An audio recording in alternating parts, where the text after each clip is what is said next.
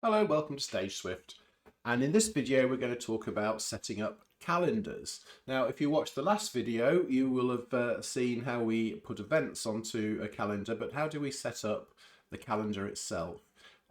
If I just go into one of these events, you'll see there are a few things like the product. The product is showing the calendar default, which in this case is the King Lear production.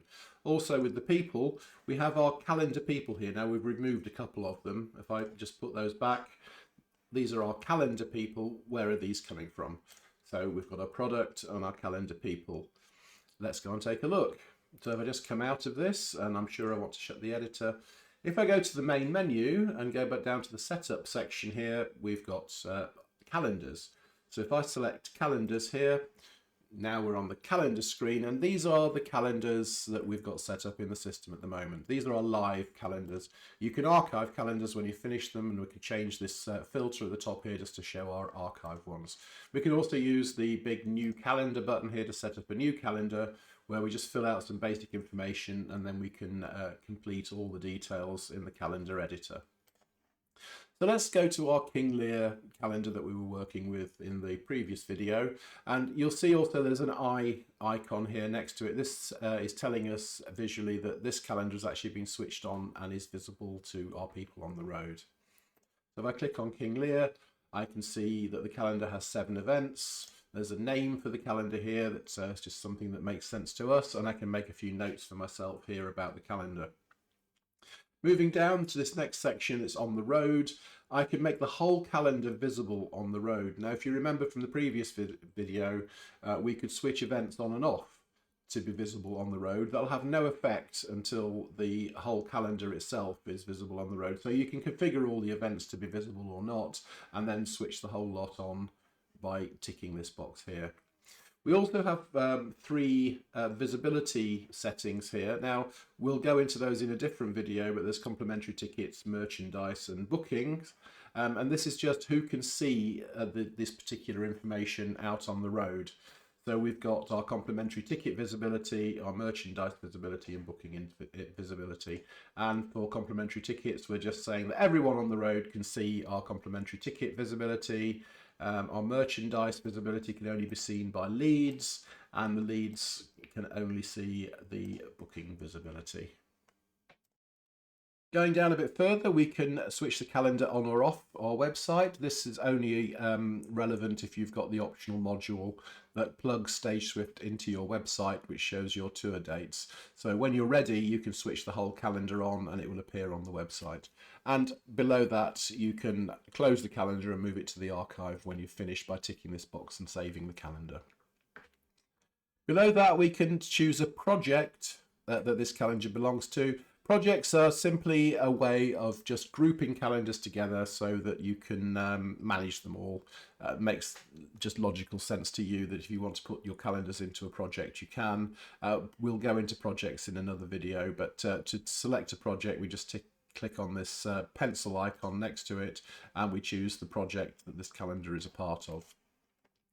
Below that is something more important, that's our default product. Now we'll go into setting up products in a different video, but once you've set up your products, you can then choose the product that is going to be the default for this calendar. So if you were touring like we are King Lear, then we've chosen our King Lear production as the product that's going to be delivered, and so every event that we create on the calendar will automatically be delivering King Lear unless you change it. And as you saw on the calendar on the previous video, you can actually change the product that's being delivered for that particular event, but this just sets up a default.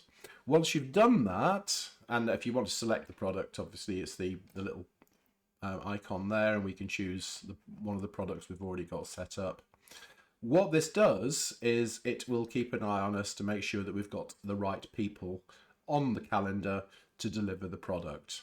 So this product has been set up, and the product, when it was set up to require 1 stage manager, 1 stage hand and 3 actors.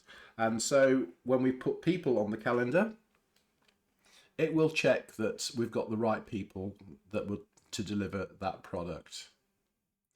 And if you remember from the previous video, we can take people off the calendar and add other people on, and it will always check that we've got the right people for the product. And as you can see here, we've got Abigail Worthing, and she's a sound engineer, an actor, a singer, and a pianist. Actor is in bold because that's satisfying one of the conditions for the product.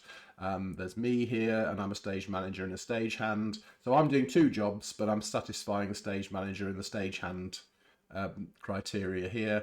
And then we've got Henry, Jane, and Mark, who are all actors. So we've got 4 actors. We only need 3, but that's plenty. And this has gone green, and we can see that this product is being fulfilled. Now, the people will come from our contact system.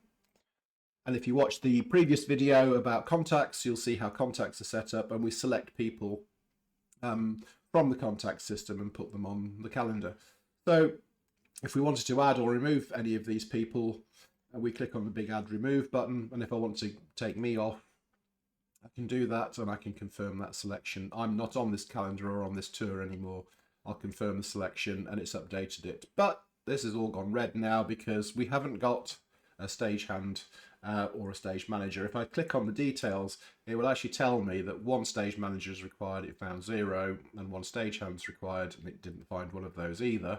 So I better go ahead and put myself back on this calendar again. So there I am, put myself back on the calendar, and now everything, it's all happy.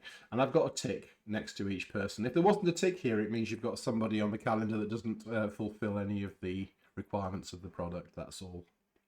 And Jane is the lead for this particular calendar. If I click on this, I can actually say, well, actually, no, that's wrong. Henry's actually going to be the lead for this calendar.